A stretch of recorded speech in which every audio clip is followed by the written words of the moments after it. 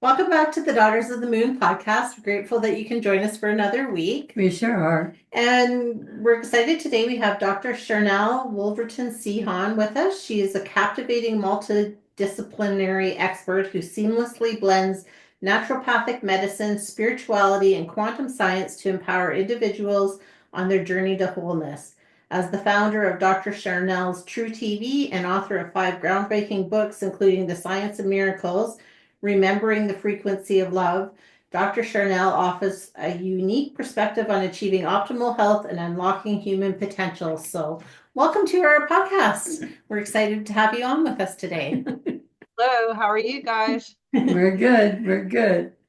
So, can you tell us about a little bit about how you got on this journey and some of the things that you do in your practice? Yeah, I actually was in ministry for years and was seeing a lot of people who had instantaneous healings through prayer and frequency. I really enjoyed like studying the supernatural and how the quantum realm works with speaking things into existence and the physiology of things, the biofield, all of those things. But what we were seeing, or what I was seeing a lot, is people may get that healing and then they would go back to whatever program they were in, whether it was a food situation or any habits that they had that weren't serving them. So I went back to school and actually was reverse engineering my own situation health wise and kind of decided like maybe some of the things that our grandparents did and some of those ancient fun things that we've kind of thrown out the window are really good for us in a lot of ways. And if we could formulate some new habits and practices, and just whether it's eating, drinking, living life, whatever you're thinking about, everything emotionally, um, that we could serve ourselves in a better capacity than just, hoping that some outside force is going to fix it for us. It's like, let's go back to our choices and our habits and our own path versus, waiting on some God over there to fix something or some, Santa Claus in the sky to fix something. So yeah. So I've been doing this since like the late, that sounds terrible, the late 1900s. I sound like an old woman saying that, but yes, I've been in this, realm of, speaking as a public speaker as well. I did TV for a while. Um, And yeah, I've written books and I teach courses in real life. And then I have some that we've recorded and I have online. And, for me, I like the public venue. And I also really enjoy the one-on-one. I mean, I like doing stuff online because I can be here just like you guys are where you are and I'm here and we can talk and, meet the masses in a way.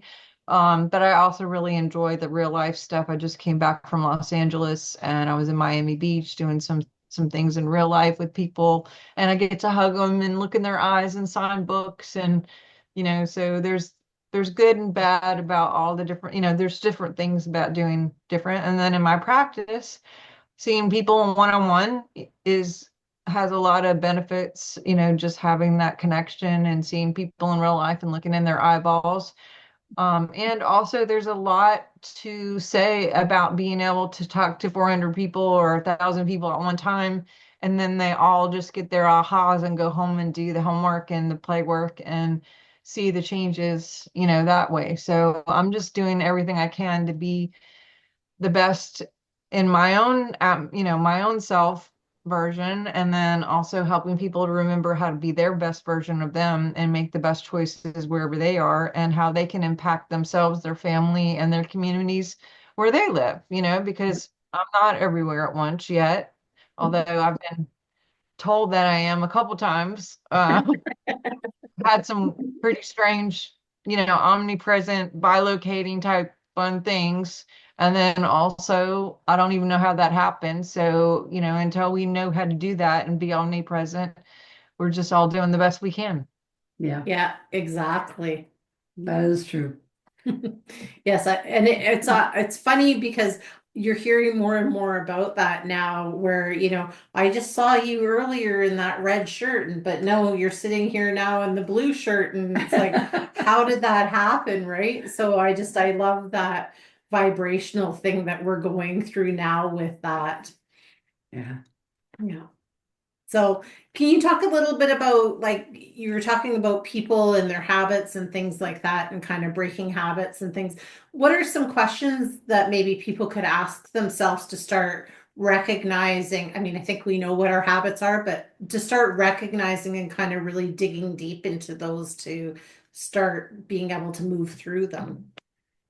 Well, I can pretty much listen to someone talk, even in their speech, and find any snags or of belief systems, because belief systems are powerful and they hold a standing wave in the field, whether they're a really positive standing wave or a negative standing wave. And there can be some pretty heavy investments either way with what people believe. And if we can reverse engineer some of those beliefs that maybe not serving them in the best way, then that's a really quick way to fix things. But yeah, take an inventory of, what are people eating? What are people drinking? How are people spending their time? Who they're hanging out with? Like, what kind of job are you in? Where do you live? Living true is a very high vibe. Being in your authentic space of frequency is magnetic. And when we aren't doing, whatever that we're feeling we're supposed to do, anything less than our highest is always going to contain self-sabotage.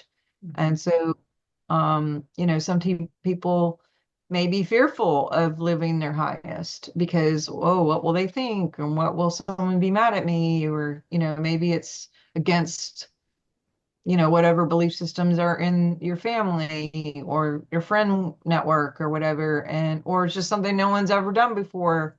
And yet, if it's something that you're supposed to do, then it's an opportunity to go ahead and take that step. So authenticity has a very, very high frequency, and it's actually higher than love, which I thought was impossible because I thought love would be the highest. But my theory is that authenticity is a type of love. It's an unconditional love, not only for yourself, but for everyone that you contact. And when we start making those choices individually, that serves in the capacity for the whole collective. Because if we were all doing exactly what we were supposed to be, I think well, I know that the whole collective frequency on the Earth planet would be a way different vibe, and that would be fun. That would be fun. That would definitely. And I think that's true because I think when you are authentic with yourself and living your true authentic life, I think that pours out the love to other people and yourself because you're really being true to what your soul mission is for this lifetime. And I know for myself, I'm at a crossroads because I have a day corporate job, and then we do this and our healing and things like that on the side, which I love and brings me joy and stuff. But pragmatically, can't take that jump of faith quite yet. So, can you talk a little bit about that when you're kind of wrestling these two sides and how to bring that authenticity and living your true life into fruition? Nice one. I like that. Well, I mean, that could be really tricky because depending on the situation, in some places I would say go ahead and jump, because we can create a vacuum, and or when we follow those things that are in our heart, sometimes that is um an opportunity for things to jump in and kind of fill that space, whether it's finances or resources of some kind or whatever.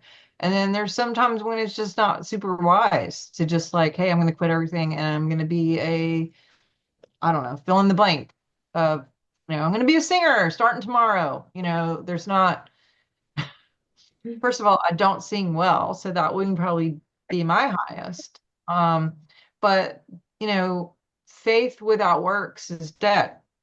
So part of that is being God in action with taking some steps to get to those places with responsibility. We are responsible. And, sometimes like in your situation, um, it may be you keep on, you keep on, you keep on until there's a tipping point where you're like, okay, I can let this corporate job go now and be in my highest. And then for some people, it may be so strong and it makes no sense at all. And you just can barely sleep at night because I'm supposed to do this. Sometimes those very action steps are what brings in something else that makes sense. And then you're like, oh, no wonder why I did this. Now this has happened because of that. I'm not a big Bible person as far as, all the traditional sense of it, but I look at it more as quantum physics. And there is a scripture that says, seek ye first the kingdom of God, and then all these things will be added unto you. For me, this is my kingdom in here, my heart, my inner voice, and this is my kingdom, the biofield. And when we follow those things that we know our heart is telling us to do, that GPS or that God positioning system, it's kind of like a Kleenex box. You take one Kleenex out, just on a hunch, and then something else pops up and something else pops up. So, but then again, I did years of working at banks and working in retail and doing things that weren't really fun for me. And also they paid bills because I had kids and, did the things that I got to do.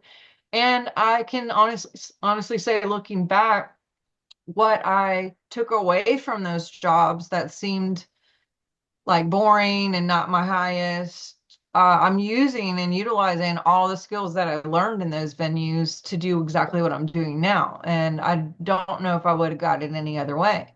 So sometimes it's just like a timing thing, of knowing when to jump. Yeah. Yeah. That's so true. Very true. Yeah. Well, they give you skills too, not just what you know, but the skills to work with these things, right? And because I mean, I've too have worked in many different fields all along the way, and yes, they have incorporated into the person I am today. So that's a And not just like skills as far as like for me, hiring, firing, scheduling, but also just leadership of, yes, how to communicate to people, how to encourage people, what to do if you don't encourage people, how to be a leader, those kind of things um are sometimes only best remembered in the experience versus just being thrown out there and being like, oh, figure it out. Do you think this is totally off topic? Came to my brain. It's a lot. So, do you think that we put miracles in our own path, or do you think that that's a divine source or higher consciousness, or what are your thoughts on that? In my opinion, we create miracles. So there's a science to it. And for me, the reason why is because divinity is already inherent in my cells. So we are the vessel, we are the technology, and we create our own path through miracles. And, and even with the corporate job situation, you can get a tipping point faster by doing some things if you choose and when we choose. And or we stay where we are and just remember as we do. Do you think as human beings that we often put the blinders on when it comes to seeing these miracles in our life? I think that different people have different definitions of what miracles are. And so in some capacity, maybe someone wouldn't see something as a miracle, or someone else would be like blown away by the smallest thing and just have so much gratitude. I mean, even like breathing or walking or seeing or having the love of your life or having kids that respect and love you or versus taking taking that for granted and being like, oh yeah, nothing goes on for me, everything sucks, and having that victim mentality where, nothing is beautiful, it's for me, life is a miracle. If you knew all of the things that it takes to even be on this planet, um, and really study that, and I could say that from experience just because, number one, I didn't want to be here for a long time. I mean, I tried to attempt suicide on myself 3 different times and was Wow. just ungrateful about being here until I read this book by Og Mandino about the miracle of life. And I was like reading all the different hoops that it takes to even be conceived, and now working in my practice and seeing infertility is just so up there right now more than ever. So life is huge. Life is, and having 7 miscarriages myself, Wow. life is a miracle. And to even get up in the morning and breathe and, see the colors and have vision and hear things and have senses and being aware, is a big deal. It is. So how would you suggest then that people go from that victim mentality into finding these miracles? Like I know for myself, I do a grateful journal every day. At the end of the day, I think about what I'm grateful for. I mean, I give grace in the day too as I'm going through. I did do a project 1 month that I had to do my grateful journal, but every night it had to be different things for a month. And it really does start expanding how you think about gratitude with that. But I'm just wondering, is there a way that we can go from that victim mentality into finding this grace within ourselves? I mean, yeah, I think that's a great practice is journaling. Unfortunately, I think a lot of times people learn the hard way. Um, when you have a death sentence or a diagnosis or something's taken away or you lose a job, I think that's a big wake up for people, not necessarily in the most positive way, and also can be positive. Cancer for me was a huge teacher and experiencing just the love of life and wanting to be here for my kids, for my family, for me, and also, yeah, I'm sure there's different things. If you're forced to like sit down and write some things down and or not forced, obviously, but making the choice to expand on just thinking of what are the things that I could be grateful for. And then, like you said, making sure you're not doubling up and going, oh, I said that yesterday, I'm going to say it again today. Like, thinking outside the box of maybe some things I'm not thinking about, being aware of being aware. Um, but yeah, I think nature is huge. There's a lot of coding in nature. Um, Unfortunately, I think a lot of people are really stuck in their screens. I'm saying that sitting in front of a screen right now and talking to all of you in a screen. Fair. There's benefits to it, obviously, and we can learn a lot and remember a lot and get a lot of great information. And we can also be inundated with misinformation and disinformation and confusion and be just so bombarded with information that we are almost paralyzed because we don't know what to do because there's so much coming in and so much stimuli that it can be overwhelming.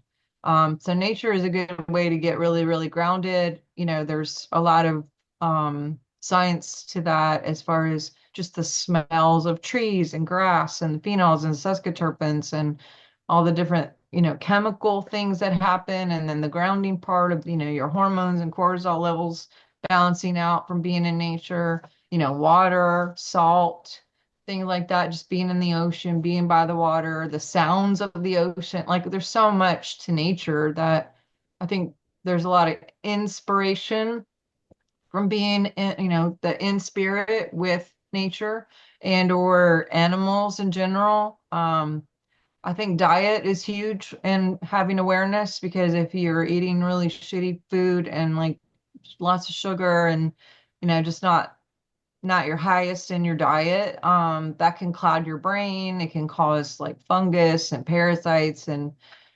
viruses and all the different things that happen when we make those choices. And when you're sick, we don't always make the best choices and or have the best mentality because we're so focused on pain and or all the things that we're dealing with, whether we might be running around the circus of doctors or insurance or money or all the things that come along with being sick. Again, that goes back to being thankful for having your health, because having health is one of the richest things we can have. Like, it's just such a prosperity mindset of when we are healthy. I was just talking to someone this morning about changing up our insurance, and I realized I haven't used my insurance in years because I have been healthy, and I make choices every day to stay healthy, not only so I can think in a healthy way and be sharp in my mindset, but to have energy to be outside or to get up in the morning or do the things that I have to accomplish on a daily basis. And I don't know, I mean, what do you guys do besides journal? What are some things that you guys can get out of that victim mentality? Well, I'm a busy person. The second I get up in the morning till the minute I crash at night, it basically is it. I try to get out as much as I can out into the outdoors. Probably not as much as I'd like to these days. But it used to be, I used to walk like every single day, 5 miles a day, and it felt good. Wow. Yeah. And I had a dog. And that helped me do that. I try to keep myself eating properly during the day as well. Sometimes not quite as good as I should, but I too had a scare with cancer, and that was a huge awakening. So I believe that the busier I am in the day, the more I try to keep myself focused and doing things, then my body likes that. It says, yeah, I like this because we're working together for the same purpose in the end, to be as healthy as you can be until the day comes that you're not anymore. So, I just try to do my best to stay focused, busy. I also work in construction a bit at the time, sometimes, but also helps me to keep my strength up. I'm an exercise person, and I don't know what else about me. I'm adventurous, very much so, and if I could be out and about and doing adventure, that would be my love. Bring out that gypsy in me and let's go. That'd be me. I'm working I on think there's a that. lot to that. I think the travel is big. Yeah, Travel in general, just seeing other places, getting a different vibe, literally, environmentally. They call it EVI, or it's like an actual environmental vibration to yeah. the ground and different. I just went to Miami for the first time, and I had so many ideas just getting out of this environment. I was like, oh, I should do this more. But sunshine is another one too. Like, Love it. actual Clouds. sunshine is huge, you Mm, know? Yeah. Yeah, as for me, I have a morning practice, so I have a gratitude. I sort of do something where I call in my guides and things like that for myself. I usually pull a card to see what my day is going to be like, which is often funny because when I also journal. But then in the summertime, I outside. just want to be in that sunshine with my feet on the ground. We do a lot of camping in the summertime, so we're out in nature. And yeah, it's phenomenal because that's my happy time is just doing that. And I agree with you about the screens. Like, there's some advantageous Oh, things to it, but I've also been, and I'm so proud of myself every week when my phone's like, you were on your phone 57 minutes less than you were the week I, before. yeah. And I'm so glad because it's like there's a purpose to it, but I also think it traps us into filling our time and filling our void, and then we're not doing all these things to stimulate our minds with different things. And I think that's a issue and is going to be an issue of having that balance, Yeah, right? Because Absolutely. yeah, for yeah, sure yeah, the screen is, important. Sometimes you need that. I need 10 minutes just to zone out and just not think about anything. But yeah, that's pretty much my yeah. practices. and try to think positive, but, and try to turn it around when you get into that, or when I'm unhealthy, I'm always trying to heal myself. It's like, okay, I'm going to ask for my own self to heal myself. Like recently, I knocked mascara in my eye and burst a blood vessel in my eye. And I'm not a good sick person. I will put that right out there. So when it went all bloody and stuff, I was like, oh my gosh, this is terrible. But I kept giving myself Reiki, and I kept envisioning my eye getting better and that all this blood was coming out, and it actually healed quicker than a lot of people said it would. So I believe we have that power within ourselves. I'm a music person too. I listen to a lot of Yeah, music, and that's so good. Yeah, both of those are good. I forgot about music. yeah, I love my music, and if I put my music into my day, it just completes me. It really does, and it doesn't matter sometimes what kind of music, really. Uh, just the flow of it, the rhythm. That's what, you know, knocks me back into where I should be. So yeah. Yeah, and you were mentioning being busy. For sure, that is a big one. And also balance and rest is just as important. Yeah. Like for me, if I'm not busy, I don't get tired and I don't sleep, and then there's that like, sometimes on vacation, it's like, oh my gosh, like sleeping in and then the nights get later and then I got to sleep in again. You know what I mean? You just get all mixed up on your stuff. But there's a lot of revelation that comes from rest too, sometimes if your body is telling you to do that. Again, it's listening, it's listening to what is the need at this minute and this time and this season and this place with these people, and being hyper aware of following that voice, because there's been seasons where I worked 100 and something hours a week and I needed to, and it served me.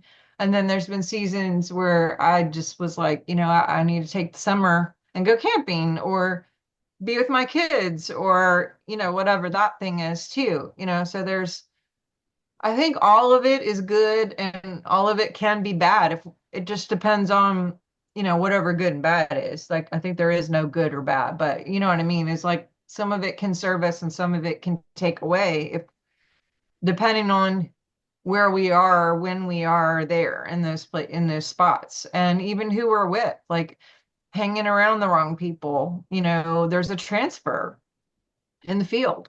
And I'm very not a big fan of the whole cancel culture that has been prevalent. Estrangement is up like 600% in the world.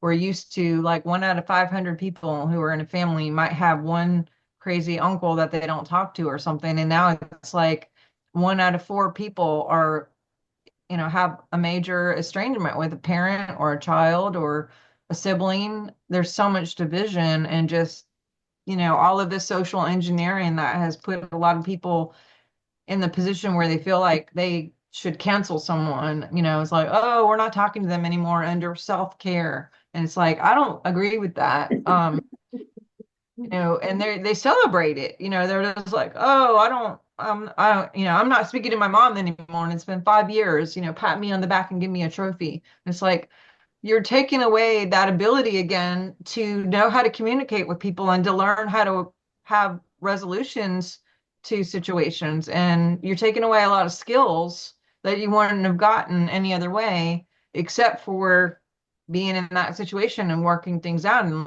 learning how to work things out and learning how to love people through things and learning how to be there for someone even though you may not like the person or the situation, just like with the corporate job. It's just this kind of a similar deal of like you may not absolutely love it, but you don't have to like cancel it, if it's not your time. And then there's sometimes, obviously if there's abuse or drugs and alcohol or things that are not serving you, sometimes people have to make those choices and say, you know what, you're not living with me anymore, or you're abusing me, cancel clear, and this isn't working out. Obviously I would never tell someone to stay in a situation, but I think there's again that balance of being reasonable, When I grew up and my sister and I didn't get along, my parents would make us sit in a room and talk to each other until we at least agreed not to agree. We're like, okay, you see it this way, I see it that way, and we maybe don't have a solution, but we're going to love each other anyway.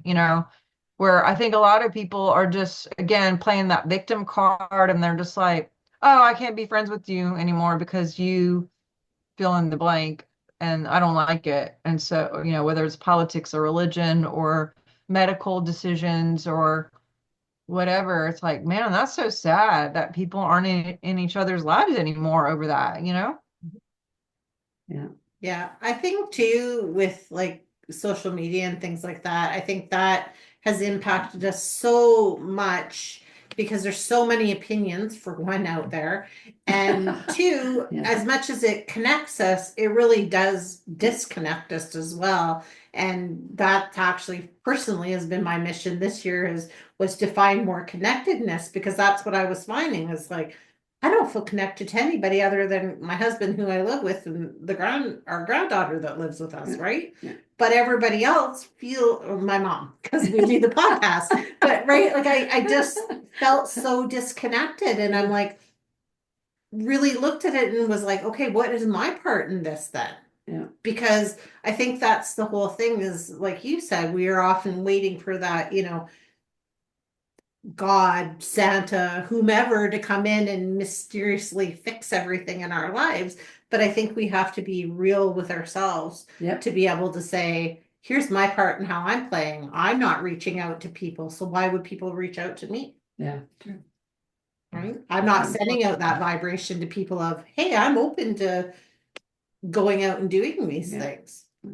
Well, I think when the last few years happened to you and there was the shutdown and there was that like people started working at home, um, Uber and groceries were brought to everybody. I think a lot of people still haven't left that spot where they're just like, you know what, I don't have to get groceries. I can have it brought to me. I don't have to go out to work when I can work at home. And I'm not saying any of those things are good or bad. Again, but it did separate a lot of people. And going back to the social media thing, I think too, a biggie is in the division aspect is people are so quick to comment on, especially it's so weird to me, on other people's pages. Like it's one thing to write it on your page, but for people to actively look for shit to like gripe about and to go on someone else's page and argue with someone is hilarious to me. It's just like because no one would do that in real life. Like I wouldn't if I didn't like your shirt, I wouldn't come to your house or see you in a grocery store and be like, oh, that shirt looks terrible on you. Like it's to a stranger, especially like if you were my mom or my sister or something, I'd be like, hey, bro, I wouldn't probably wear that next time or something, like quietly on on the side or whatever. But people are like, there's not a consequence really because they're just like, I call it like drive by insults, it's like I can go on someone else's page, start a complete, dumpster fire by writing something really mean and terrible and like so for what? Like nobody's gonna come get me. No one's gonna show Yeah. up at my house and tell me that was terrible, you're mean. There might be some people comment back and they might, but some people live off of that. Like they really love the drama. Yeah. And it's just funny to me how people will troll or go on someone's page or even go on my page and disagree with me. And I'm like, dude, write whatever you want to on your page, but don't come on my page and argue about me wanting to do something. It's like you wouldn't do that in real life. But there's this anonymous Anonymity. anonymity, whatever that word is, that, not being able, and they could be fake names and bots or robots or just fake pages that are doing it too. And it's like, you know, I don't know. I think people are quick to block. They're quick to do these drive-bys because it's really easy for someone to have an opinion on something they've never done before, never experienced. Like I call it like armchair quarterbacking, where they're just like, "Oh, I think I know everything, and I'm just going to tell you all about it." It's like, we don't really care. Like, I just think it's hilarious. But and some people get offended for me and they're all just like, oh, I can't believe they came and said that on your page. And I'm just like, I think it's hilarious. I just either delete it if it's causing too much drama where Right. all people Yeah. like start a big thing, I might delete it and they'll go, oh, why'd you delete it? It's like, because I don't want all that drama on my page. Yeah. Yeah. Like take it somewhere else. But and sometimes I've had to block people, and usually it's if I go and look to see who they are, and it looks like it's not even a real page. There are a lot of people who paid and made these fake accounts to just, serve their agenda.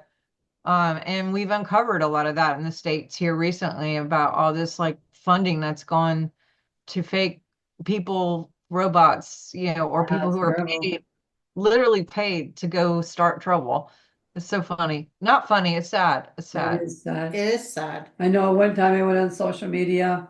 I was walking my dogs and the deers were bothering both of us a lot. So I went on social media just to ask people, do you have any ideas of what I could do?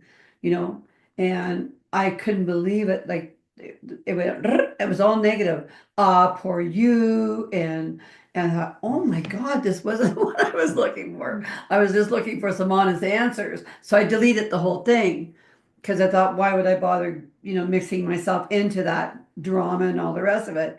But in a matter of like 15 minutes, I could not believe it, how fast it Yeah, was so negative. And I, like I I just said, got rid of it. I, I just posted something a few years ago and I just said, has anyone ever experienced have any of you ever tried yoga? And if you have, what is your experience? I got like 1,200 comments, and some of it was like, it's satanic, don't do it, you're opening yourself up to curses and demons, cancel clear. And then other people were like, oh, it's awesome. And then they were fighting with each other. And I was like, oh my gosh, I didn't even like, and a lot of the people I said, have you ever tried it? And they were like, no, I wouldn't. I would never do, it's like, Yeah, I asked, what was your experience? Meaning, you've tried it. Tell me what your experience was, not like what your opinion is about it. Not. exactly. Yeah, it's just, yeah. I Now, think people are bored and some people feed off of it, Yeah. unfortunately.